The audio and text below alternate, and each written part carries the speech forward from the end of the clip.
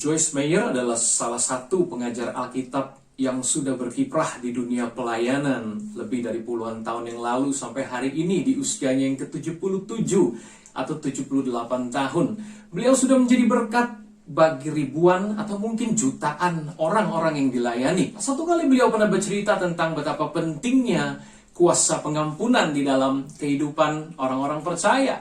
Beliau bersaksi bahwa sejak umur 12 sampai 16 atau 18 tahun, beliau diperkosa oleh papa kandungnya sendiri tidak kurang dari 200 kali. Setidaknya 1 minggu sekali sepanjang tahun-tahun tersebut.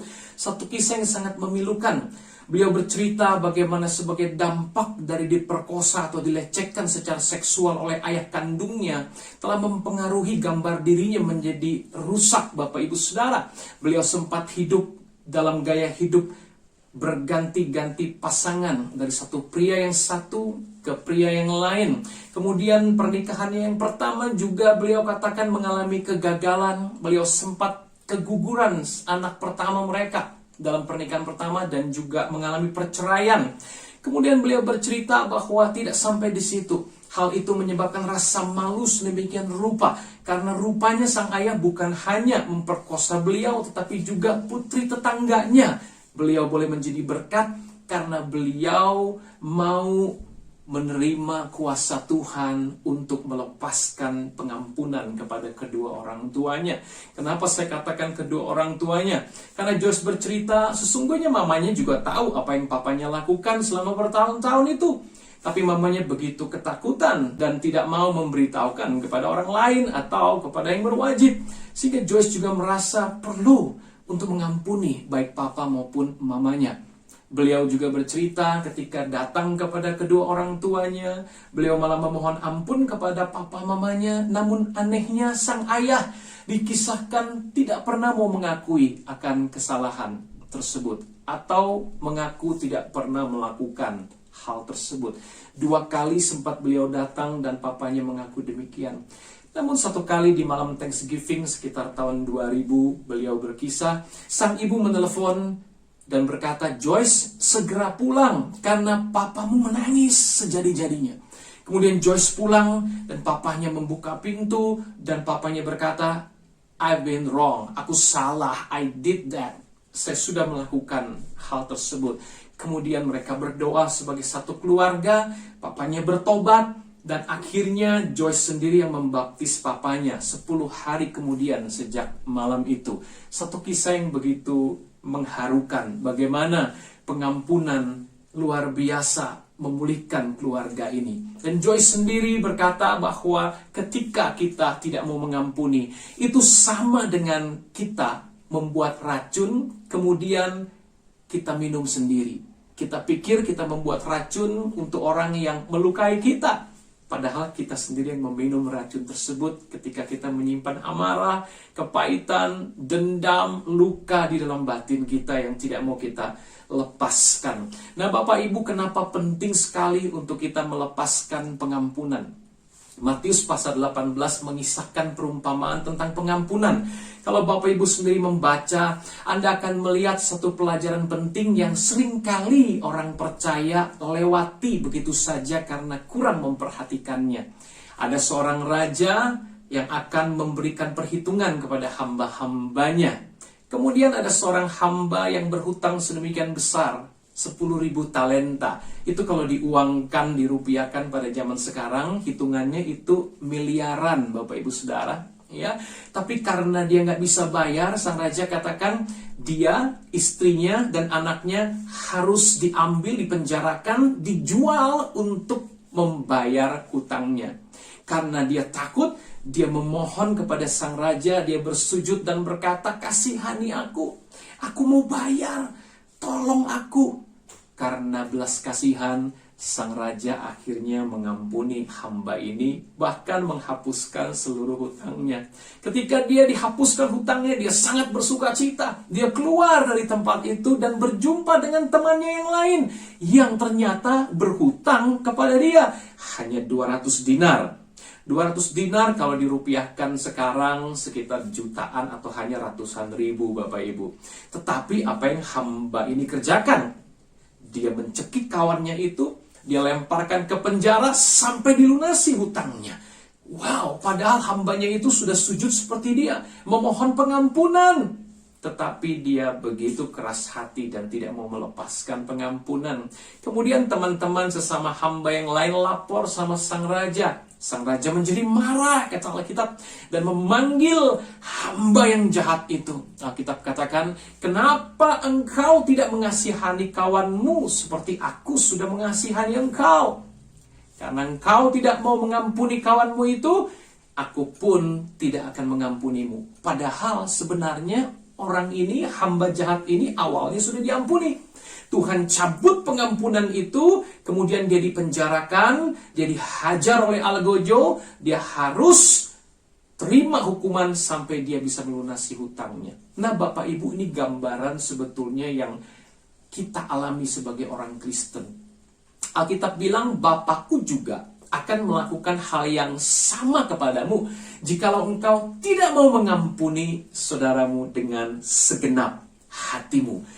Artinya ini berlaku juga buat kita orang percaya. Bukankah orang percaya, Anda dan saya adalah orang yang sudah menerima pengampunan dosa dari Tuhan?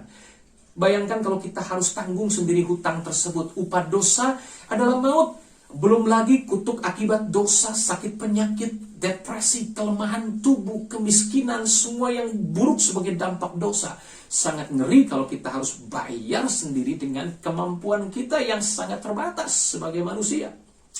Kita sudah diampuni, tapi seringkali kita lupa. Kita bersuka cita atas pengampunan itu, tapi waktu ada orang lain melukai kita, kita cekik dia, kita penjarakan dia, kita benci dia, kita mau balas dia, kita pahit sama dia, kita nggak mau lepaskan pengampunan.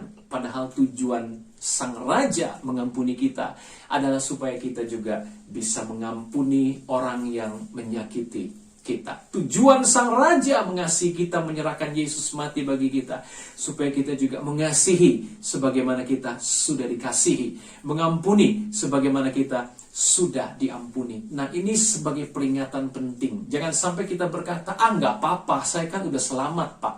Saya sudah sangat dikasihi Tuhan. Kalau saya saat ini nggak bisa mengampuni orang, saya akan tetap diampuni. Oh, keliru. Alkitab berkata, pengajaran yang sehat, Paulus katakan, harus berdasarkan perkataan sehat, yaitu perkataan Tuhan Yesus Kristus. Dan Yesus banyak sekali mengajar di dalam kitab Injil, sehingga dia berkata, ajarkanlah segala sesuatu yang kuperintahkan kepadamu untuk murid-murid di dunia ini, untuk menjadikan segala bangsa murid Yesus. Penting sekali kita melihat ajaran Yesus sebagai sumber kebenaran, kerangka kebenaran kita, sehingga kita tidak tersesat oleh berbagai angin pengajaran yang beredar begitu besar di akhir zaman ini.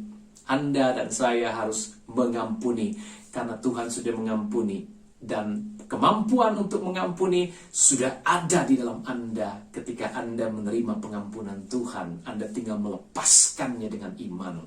Nah, Bapak Ibu, kunci untuk bisa melepaskan pengampunan tersebut dengan iman, kunci untuk bisa melepaskan kasih itu dengan iman kepada orang-orang yang melukai hati kita, yang kita pikir tidak layak untuk kita ampuni dan kita kasihi, ada di dalam Lukas pasal 7. Masih ingat kisah penting yang Yesus ceritakan di sana? Bahkan Yesus alami sendiri. Suatu kali Yesus diundang makan oleh seorang Farisi yang bernama Simon. Kemudian ada wanita yang terkenal sebagai pendosa mendengar kisah tersebut.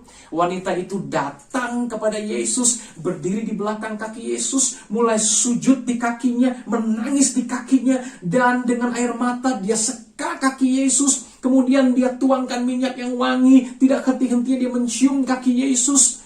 Sementara itu Simon mulai berkata dalam hatinya, kalau betul Yesus ini nabi, tentu dia tahu perempuan berdosa macam apa yang sedang ada di dekat kakinya itu. Kemudian Yesus berkata, Simon, aku ingin ngomong sama kamu. Ada 2 orang berhutang pada seorang pelepas hutang. Yang satu 500 dinar, yang satu lagi hanya 50. Dua-duanya nggak sanggup bayar. Kemudian sang pelepas uang tersebut mengampuni kedua-duanya. Hutang keduanya dihapuskan. Menurutmu siapa yang lebih mengasihi sang pelepas uang? Simon menjawab, tentu yang hutangnya lebih besar, guru. Benar katamu.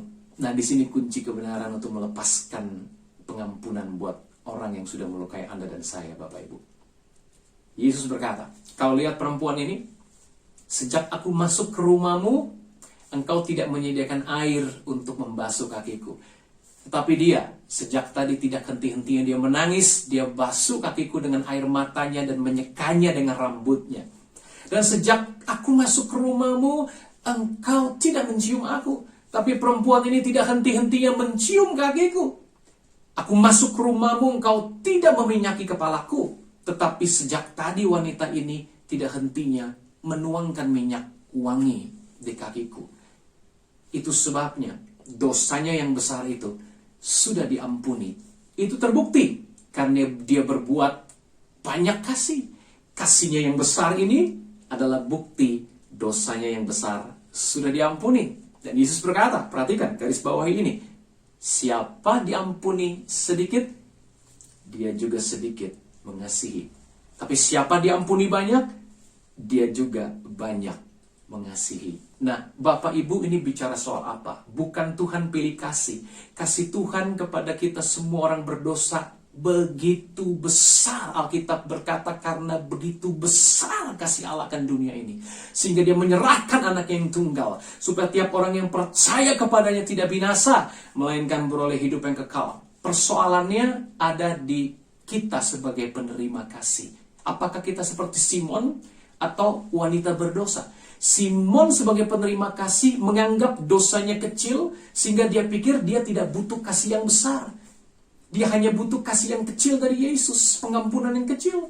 Tapi perempuan pendosa besar ini melihat dirinya sebagai orang berdosa yang sangat besar. Dia butuh kasih Yesus yang besar. Dia butuh pengampunan Yesus yang besar untuk dosanya yang besar. Itu sebabnya ketika dia melihat kasih Yesus besar, dia terima pengampunan dan kasih yang besar itu, dia pun mengasihi dengan banyak.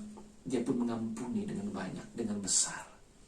Bapak Ibu, banyak kita berkata, tapi Pastor Yogi, saya bukan pembunuh. Tiap orang yang membenci sesama manusia, dia adalah seorang pembunuh, kata firman Tuhan. Tapi Pastor, saya bukan pezina. Tiap orang yang memandang dan menginginkan dengan hawa nafsu, dia sudah berzina di dalam hatinya.